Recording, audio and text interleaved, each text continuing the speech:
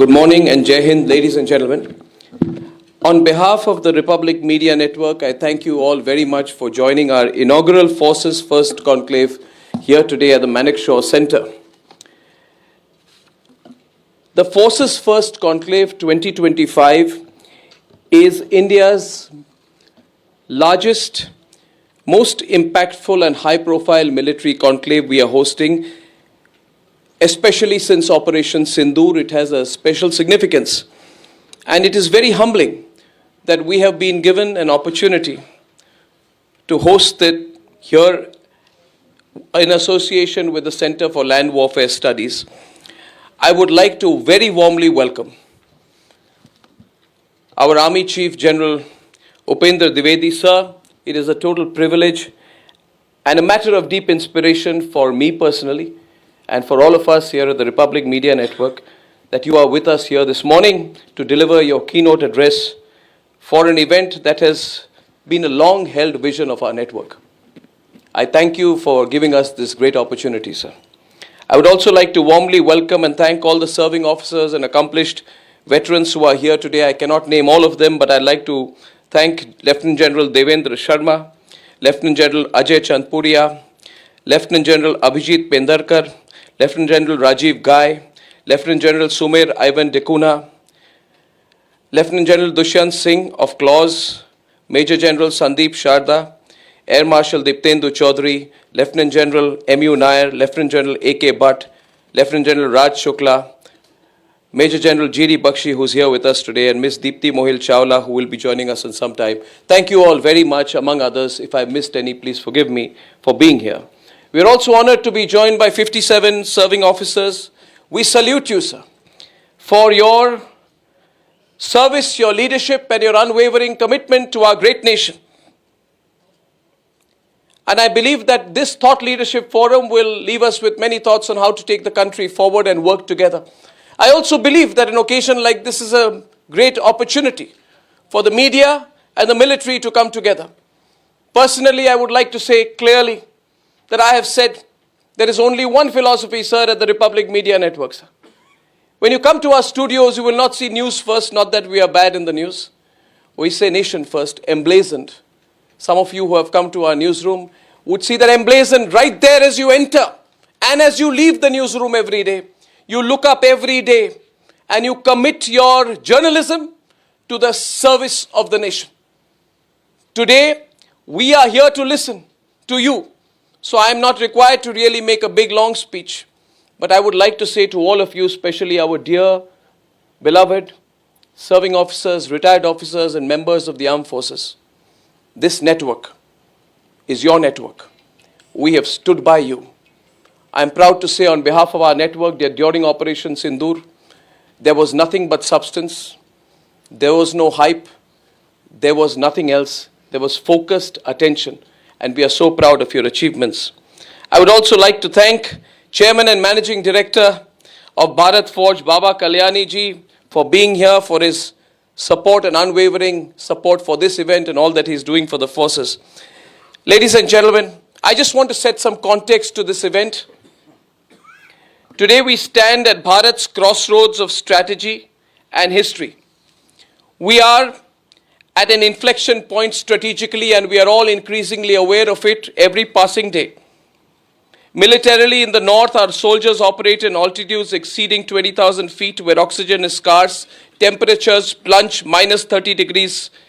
In the west, Operation Sindoor showed the world that India's land, air, and naval forces are in splendid and lethal cohesion, acting with unprecedented energy, openly projecting power with tremendous precision, as we showed between the 7th and the 10th of May 2025.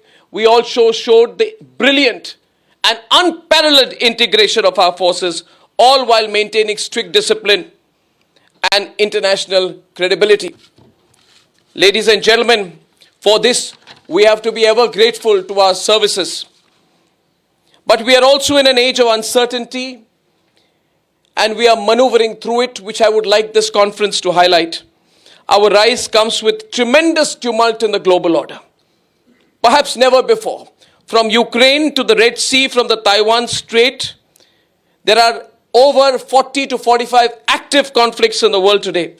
The world is therefore witnessing what I call the most militarized decade since the Second World War.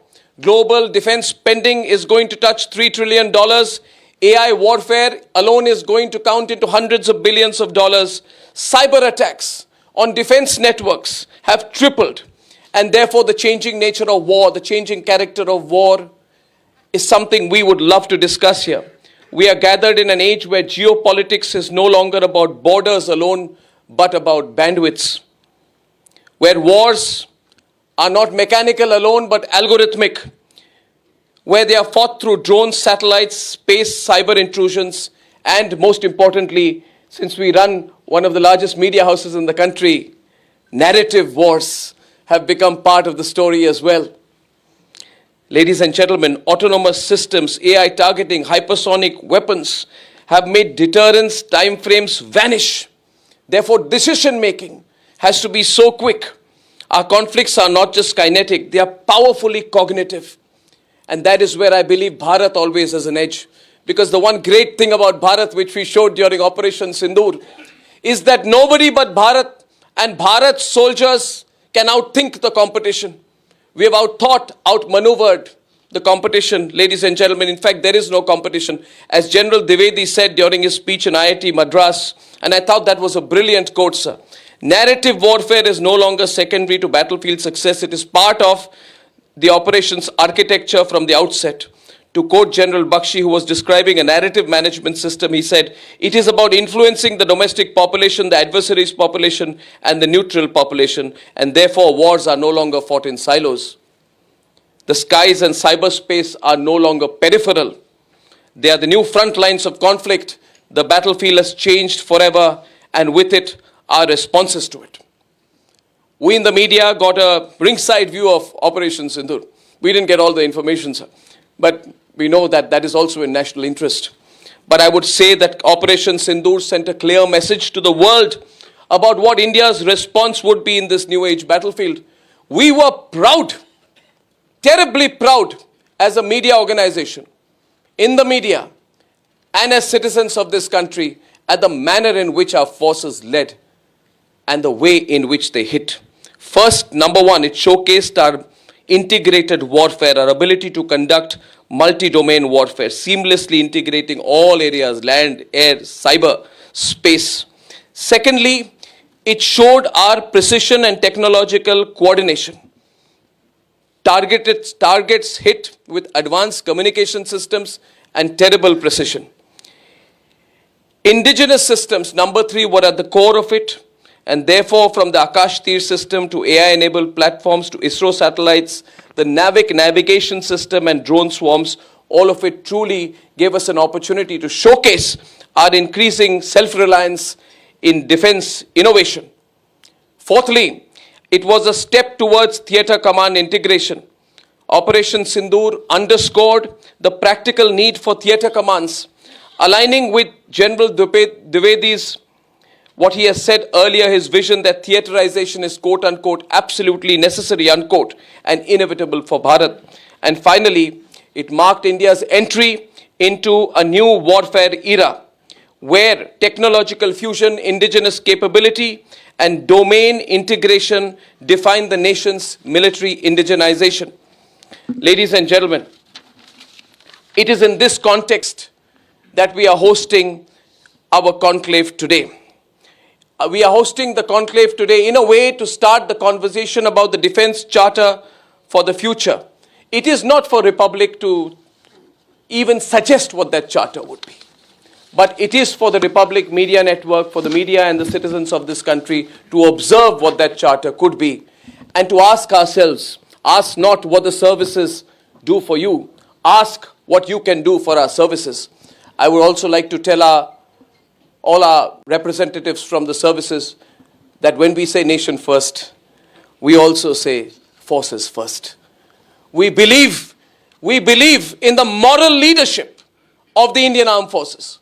I can proudly tell you this, we do not just believe in your warfare, we believe in your moral leadership, and all of us who are here would know very well there would never be an occasion when we would compromise on nation first or forces first. For us, nation first equals forces first. And therefore, I want to end with the moral dimension.